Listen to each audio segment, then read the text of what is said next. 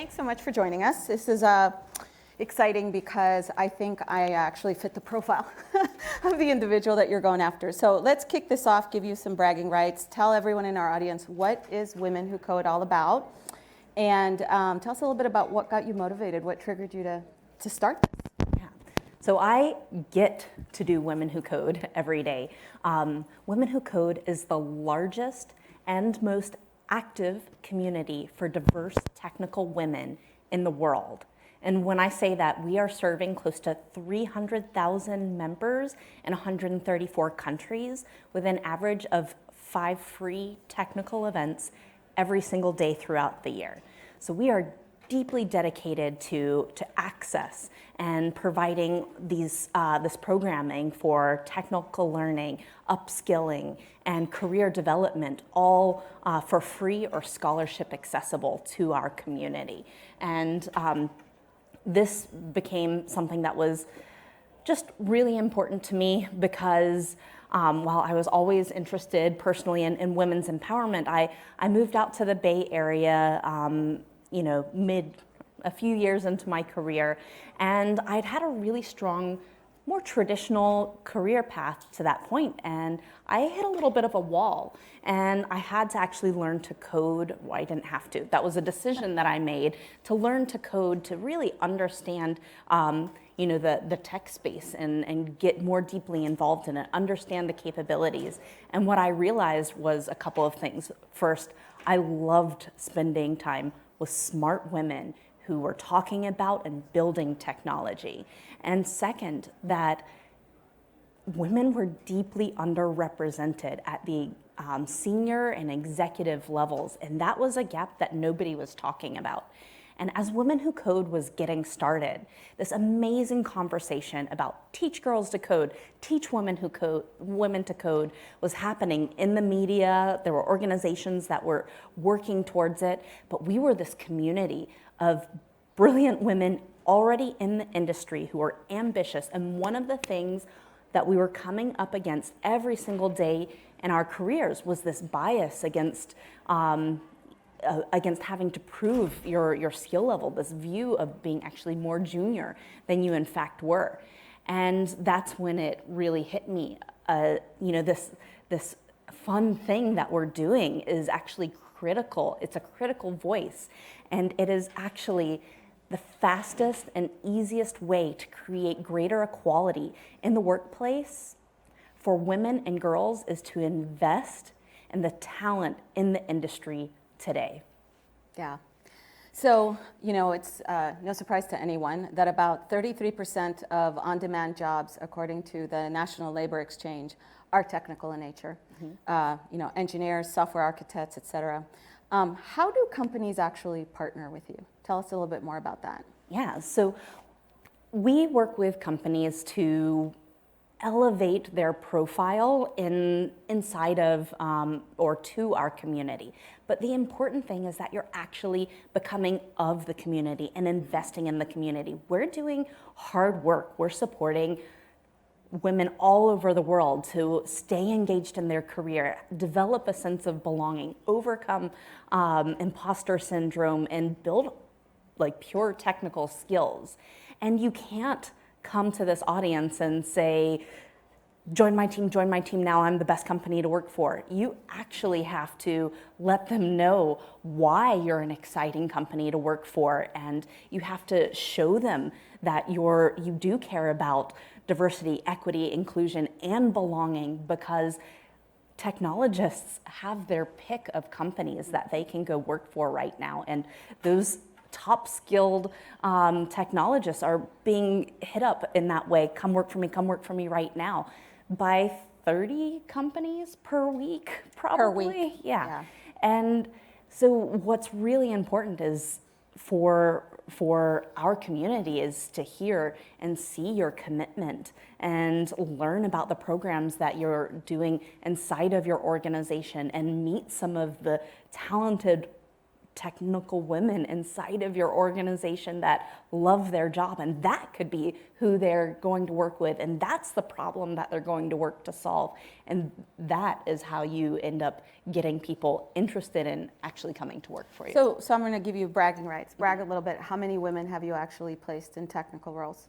So we aren't a recruiting organization, but we have over 150,000 software engineers, technologists in our organization. And so these people are all working in the tech industry today. About a third of our community are in tech adjacent or learning positions where they're moving into more technical roles right now.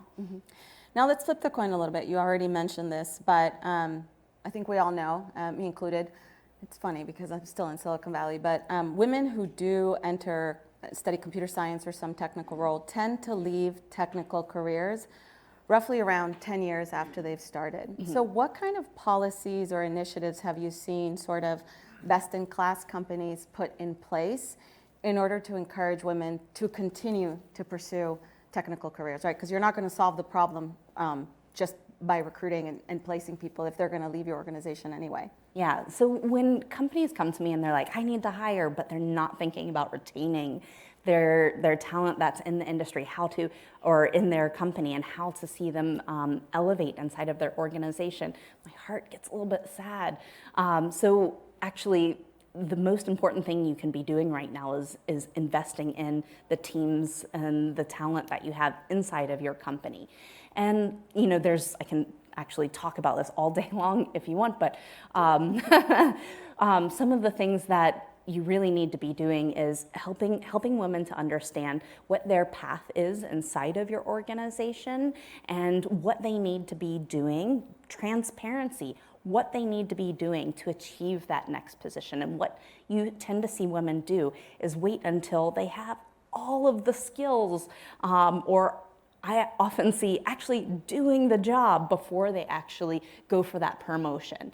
And so helping them to actually know, hey, this and this is what you need to achieve, and then you'll be able to go for this promotion. These are the skills that you should be building inside of that role. And here are the 1, 2, or 3 paths that you can take inside of our organization after that. And oh, by the way, this skill and this skill and this skill, and here's some paths to get those skills, are what you should be talking about, because you don't want to just retain them for the next year and a half.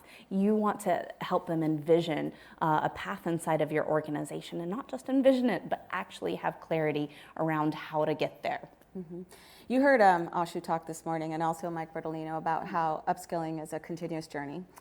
So I know your members are quite active. Is this something then that you see that they continue then to come back as part of the events, as part of some of the upskilling, I'm going to call them services that you offer, that they continue to stay in this path? Is it an active membership? Is that what you're seeing? Yeah, absolutely. Software engineers know that you have to continue developing your skills. You're not going to just learn one programming language, one framework, and it's going to become obsolete, or you're going to be interested in working in something else, probably in the next 2 to 5 years. And so you need to constantly be in a state of learning. And for women, it's so difficult to decide to take the time to invest in yourself.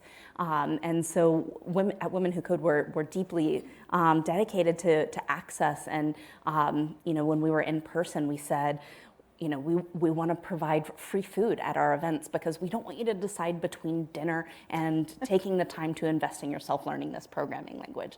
We don't want to put a $sign in front of this event, because we don't want you to say, I'm going to put it off to make the decision to see if I really want to pay the $50 to attend this event, and then become disengaged from it. We want you to be taking that time and investing in yourself. And I recall early on when I was starting this is a woman who ran a consulting agency and had a lot of engineers working for her, said to me, women come to me and they say, do you mind if I take these resources, whether it's time or money, and learn this skill?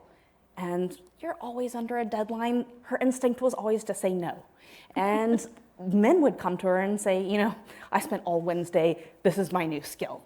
And it was like, oh, great, now I can put you on this other project. And so you need to make sure that people have the avenue and have the clarity that they should be investing in themselves, that they can be taking the time to be doing that and have the support and resources to do so.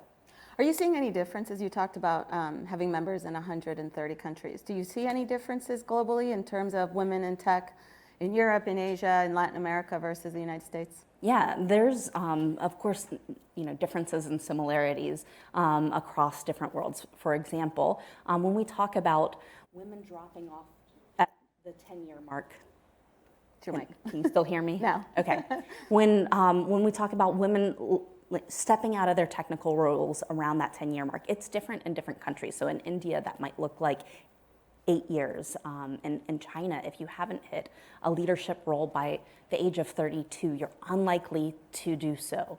And what we want to do is find ways to actually address at an industry, at a systemic level, the barriers that people are facing and the breakpoints that people are facing. And it's much easier for each of you to be designing for inclusion inside of your organizations than for us to change every single woman and individual around the world to be able to overcome the barriers that our society puts in front of them.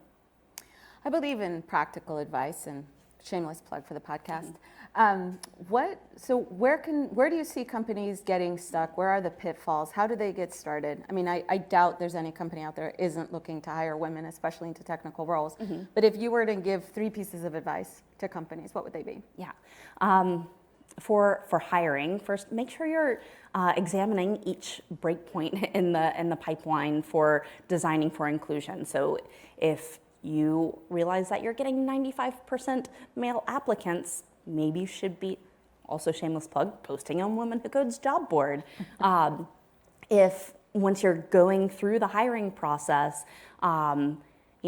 no women are making it past, the whiteboarding session where you've got this American and maybe gender specific questions that are being asked, or I've heard over and over how uncomfortable it is for a woman, in this day and age. There's been a lot of innovation around this, but to be standing to a panel, in front of a panel of men, writing with your back face to them and going through this process. And, when you think back to the previous conversation, you have a lot of opportunity for anonymizing. You have a lot of opportunity for evaluating, what questions are asked. I remember having, a debate with a CTO of a company who said, his go-to question was asking about this game.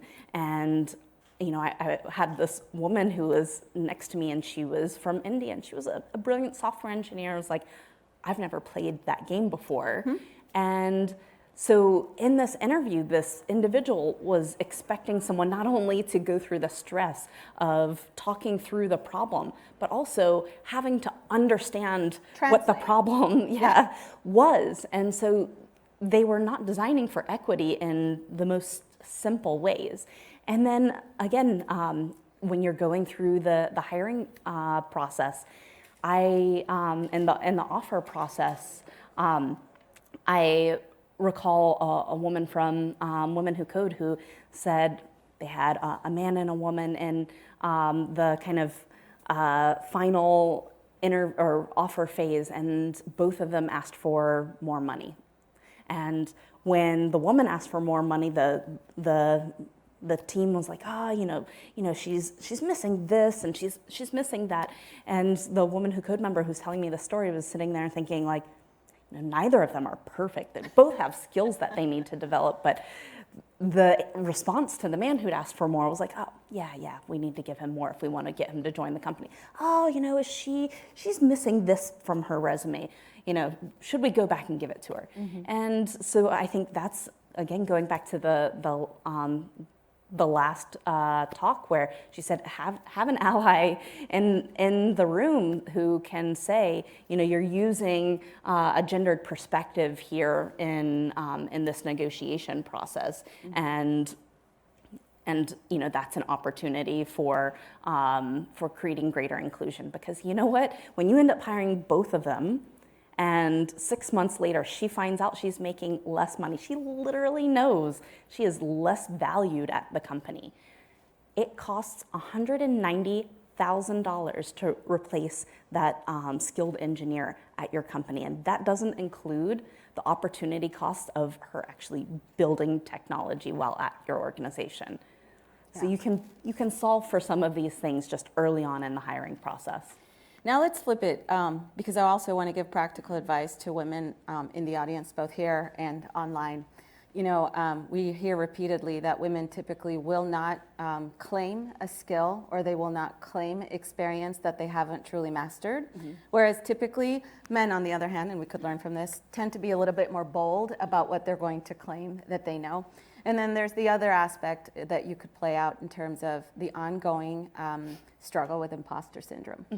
So what advice do you have for women who are either going into tech careers, returning from motherhood to tech careers, or pivoting into tech careers later in their life around this topic? Yeah, I'm so glad you asked this question, because I've been thinking about imposter syndrome a lot. Me too. And I still experience it personally. Me too. But what I encourage women to do is actually reframe what you're thinking as your growth opportunity.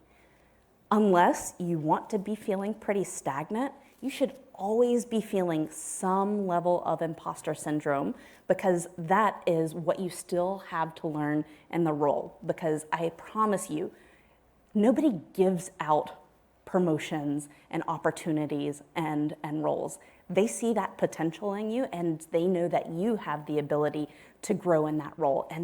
And if you don't feel imposter syndrome, it means maybe it's actually time to be asking for that promotion or be moving into a new role at the company. Yeah, I call that the anxiety of stretching you outside of your comfort zone. Yeah. And so if you're not feeling it, you're actually not developing. Any last words of advice? Because I don't want to go over. Yeah. The industry is only going to be even better once we have more diverse voices, not only building the technologies that we use that are shaping our world, but are helping to lead and make decisions around what is going to be built next. So lastly, do partner with Women Who Code and other organizations out there, as you can see on the screen. Hire, advocate, and support more women in technical careers.